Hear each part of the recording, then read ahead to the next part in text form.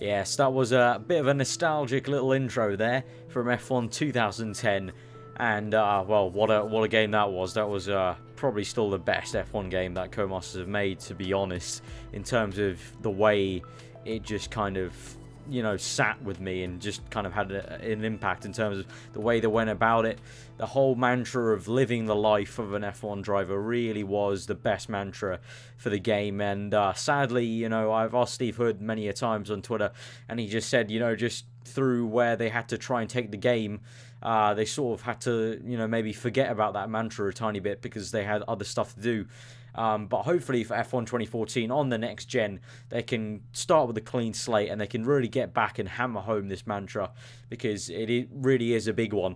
So that's what I'll be talking about today. Now, you can see on the screen now, there's an absolute Bible on the screen of things I've written. All of this I've written also in the Codemasters forum. Again, link in the description. Do go sign up for the Codemasters forum and give your opinions on that. There's no point in commenting in the video. It probably won't be seen, but in the forum, there's a high chance it will be seen. We've already got Luke Spring commenting in there saying, you know, keep it coming in terms of the ideas already there. So we're gonna let this Bible of text kind of zoom out a bit, and I'll just read off the points and talk about them.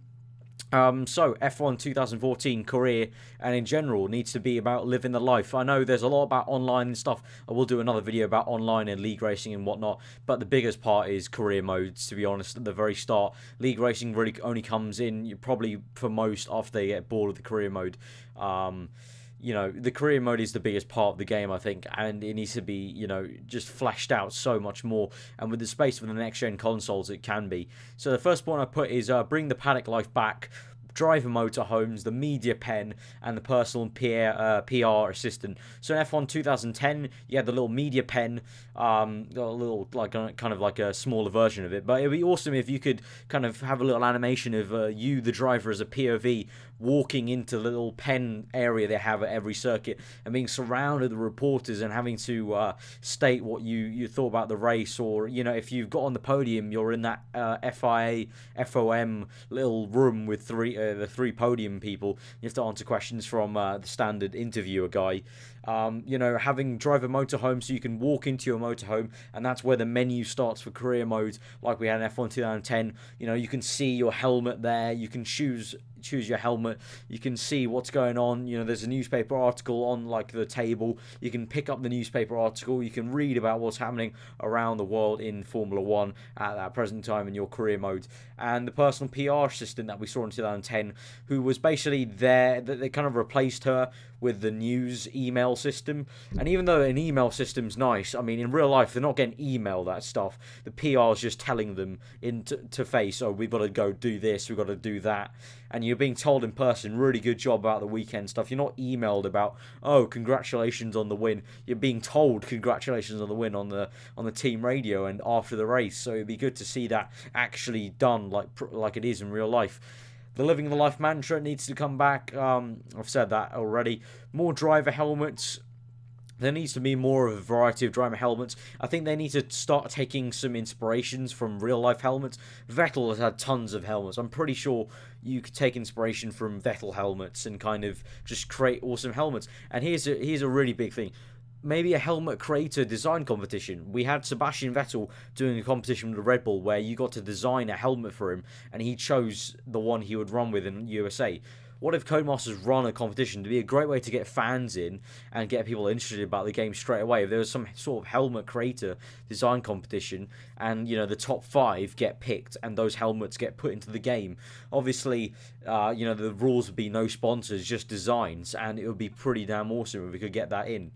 Driver numbers for the players. Obviously, 2014, you choose a number for your career mode. So I really like that to be an open thing, and you can choose your number. Obviously, it can't be a number from any real-life driver. That's the way it would work, which is kind of annoying for myself because Raikkonen has taken 7, and that's my favourite number. So that one's taken for me if they put that into the game. And it'd be kind of cool if, sidetracking a bit, if that went to online. You got to pick your number for online league races and whatnot. But we'll get into that later. That's another video for another day. Fake sponsors. Well, you've seen this in FIFA before, where, you know, you're the manager and you sign fake sponsors for your football team. What if from, like, you know, you have one day of F1 testing at Bahrain or Jerez, you have one testing session where you just simply do, like, you know, practice laps and see how far you get up the grid, and depending on how fast you are compared to the AI, you get fake sponsors, and the kind of more impressive those fake sponsors are, the higher the teams you could get. So you could even potentially get a really awesome drive at, you know, Lotus or something, really high up positions, or even McLaren. We've seen a rookie come straight into McLaren yet again, like Lewis Hamilton with Magnussen. Why can't we do that in career mode if we're fast enough? I mean, the game needs to reward people who are hardcore F1 fans and know how to drive the game. I know they want to keep it open, but to be honest, no offense to anyone who is a casual F1 player and just plays it and, you know, plays on amateur difficulty, you know, just you're so slow that you can't kind of keep us and slower people in the same pen. You need to kind of separate it out. You need to, you know, have people who can lap Legend AI, you know, need to be pushed up there and be allowed to get into these higher teams and get more rewards for it and stuff like that. If you played F1 2010 all the way to 2013, or just, you know, at least like 2 of those games, you can skip the tutorial for the Young Drivers Test. I don't know if they're still going to have that, but it would be great if you could just skip it, because personally for me, it's just, it was a waste of time. You know, I already knew everything. Obviously, maybe for 2014, there are a few new features. Obviously, in the world of Formula 1, it's very different style of racing. But I'm pretty sure if you're going to buy this game, you know, I'm pretty confident you would have seen the F1 season. You would have known about the changes, unless you're literally just a casual fan who's somehow picked up F1 2014 just for the lols. So I guess they might have to explain F1 2014 a bit. But it'd be great if you've already played previous F1s, you could just skip it.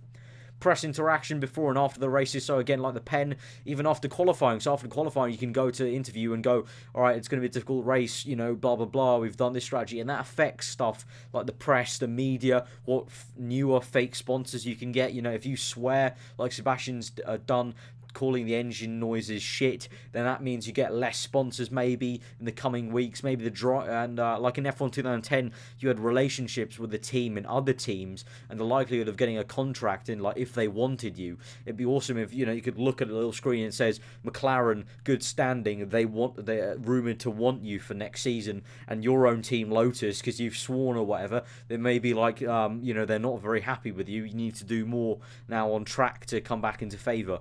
Track walks, maybe, just not an actual walk that you walk around the circuit, but maybe just, you know, like a little Anthony Davidson style guide, but you actually just get to go to each corner and look at it and just, you know, just learn a bit about the corner. Maybe it'll help other people. I know it probably won't be any use for me or, you know, other people who are at the same sort of level, but, like, you know, lower people, you know, I've said a lot about kind of tailoring to hardcore fans, but I do want to think about the casual fans, and I know a lot of you sometimes struggle to find pace, and you ask me and other YouTubers around how to get faster. It'd be great, something like that, to just help you learn the tracks and get a bit faster and get a better flow.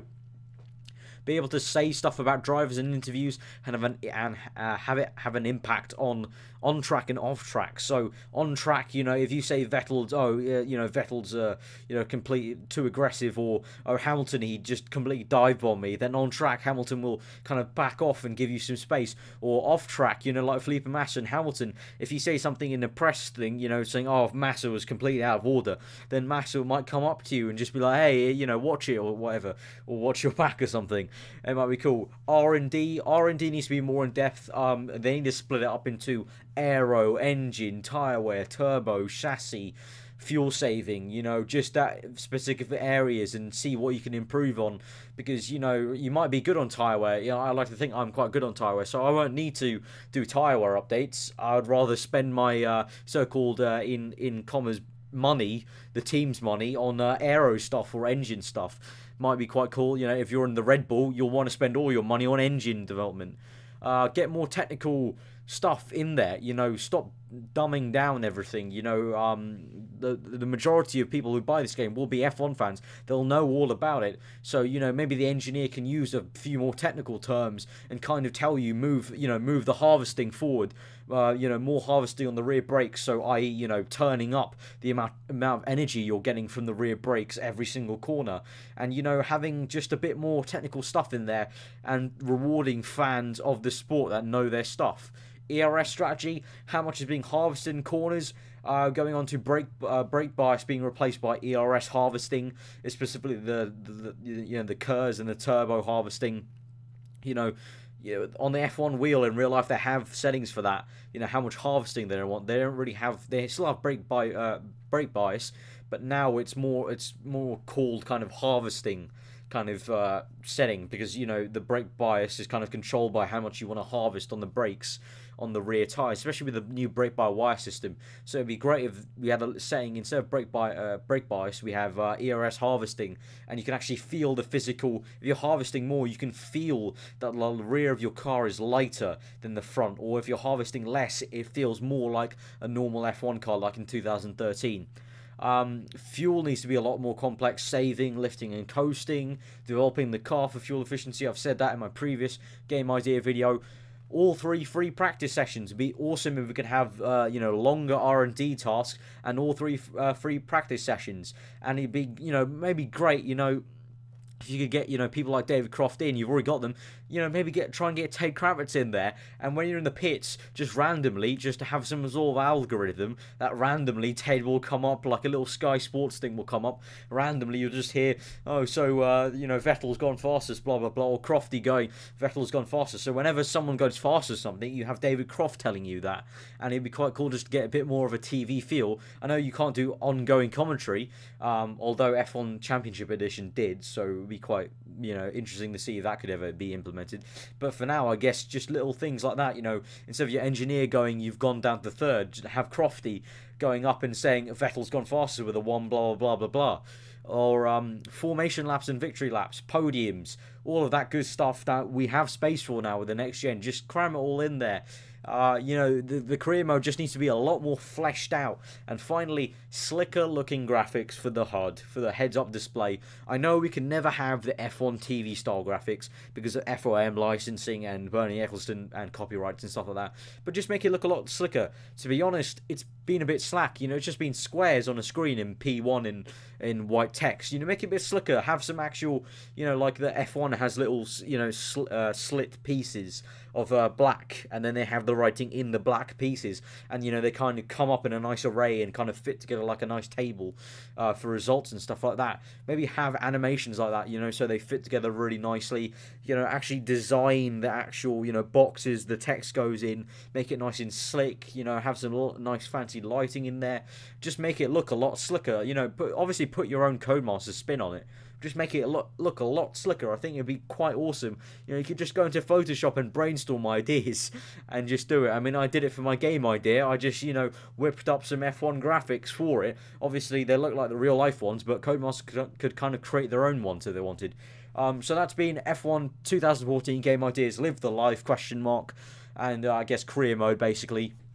But yeah, the biggest thing is Live the Life needs to be back. And so I'm going to be posting this in the Codemasters forum. Yet again, I'll put it in the description. Do comment below any thoughts you have about F1 2014, what needs to be in it in the forum instead of the comments, because that will be the best place for Codemasters to see it, especially the community manager and whatnot. So I hope you guys enjoyed the video. Do give it a like if you did. Comment below if you want to see more, if you do want to see a league race one, like an online one. And also do remember to comment below in the, comment in the forum if you have any thoughts.